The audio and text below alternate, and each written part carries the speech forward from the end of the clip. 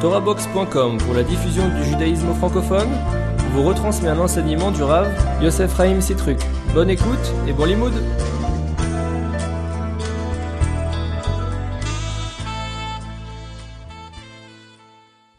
Ce cours est dédié à la mémoire de Monsieur Edmond Ezra Safra Ben Esther, Zichrono Livracha. Bien, mes chers amis, bonsoir et bienvenue à tous. Je souhaiterais consacrer le cours de ce soir à un hommage au Rav Shach, Zecher Tzadik Livracha, dont je pense tout le monde a entendu parler, mais je voudrais à mon tour dire ce que j'éprouve devant ce que je qualifie d'un événement énorme, immense. Pour beaucoup de gens, le Rav Shach était d'abord un homme très âgé. Il est mort à l'âge de 107 ans, c'est pas banal, et c'est en soi un événement que de perdre un maître de cet âge.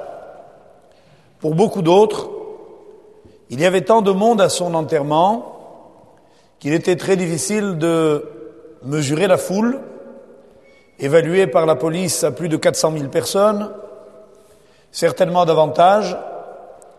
Dans tous les cas, dans un pays petit comme Israël, avec un décès un jeudi soir, et un enterrement le vendredi matin, une foule de gens n'ont pas pu y être. Je donne mon exemple personnel. Je me trouvais en Israël lundi, mardi, mercredi et jeudi pour différents congrès, et je suis rentré jeudi soir, et c'est en arrivant à Paris que j'ai appris son décès. Il va de soi, pour ne donner que mon exemple, que j'y serais allé.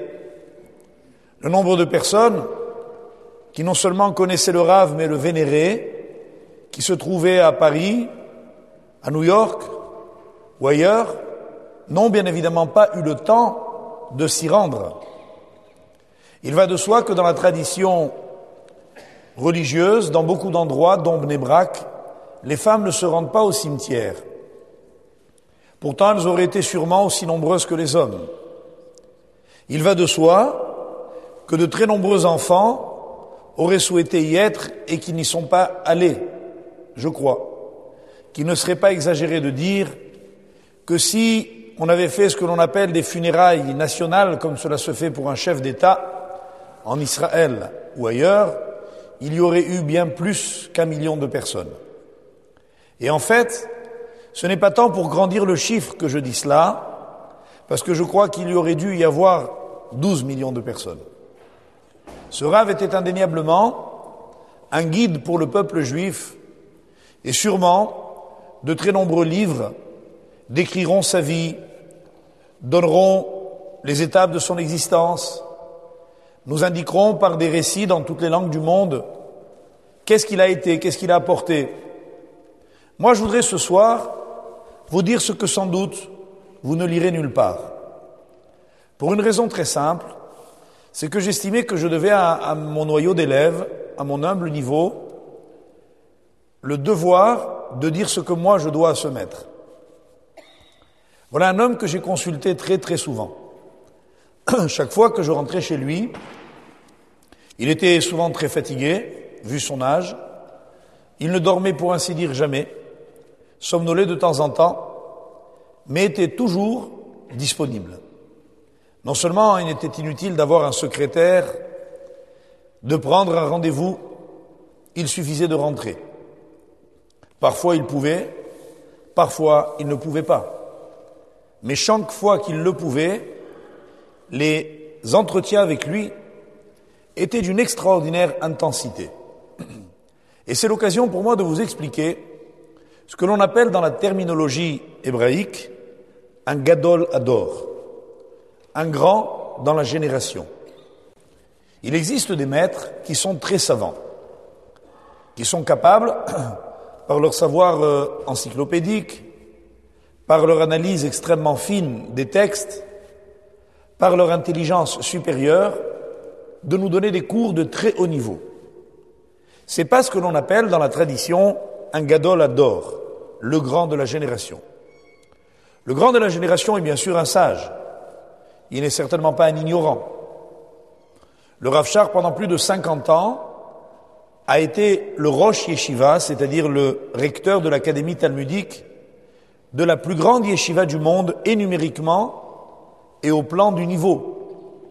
Et qu'il est évident que quand on est à ce poste-là, on est quelqu'un. Mais ce n'était pas cela qui faisait de lui le Gadol Hador. Le Gadol Hador est un homme d'une autre dimension. C'est quelqu'un qui dispose de deux choses que moi j'ai pu expérimenter. Je n'étais pas son élève, je n'ai donc pas bénéficié d'un cours comme les dizaines et dizaines de milliers de talmidim, d'élèves de la yeshiva de Ponyovitch, sa yeshiva, ont pu suivre. Il en est de très nombreux en France, ils sont innombrables en Israël, quasiment. On peut dire que 80% des rachés yeshivot, des recteurs d'académie que l'on connaît partout dans le monde, ont été ses élèves, ont suivi pendant quelque temps ses cours. À Paris, tous les rabbanim que vous connaissez ont été ses élèves à un moment donné.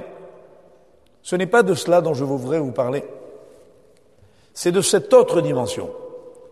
Cette autre dimension qu'on appelle le Gadol Hador, c'est un homme qui est capable, par sa sagesse, d'une part, mais par ses qualités morales, d'autre part, et par son analyse des choses, de percevoir ce qu'il faut pour la génération.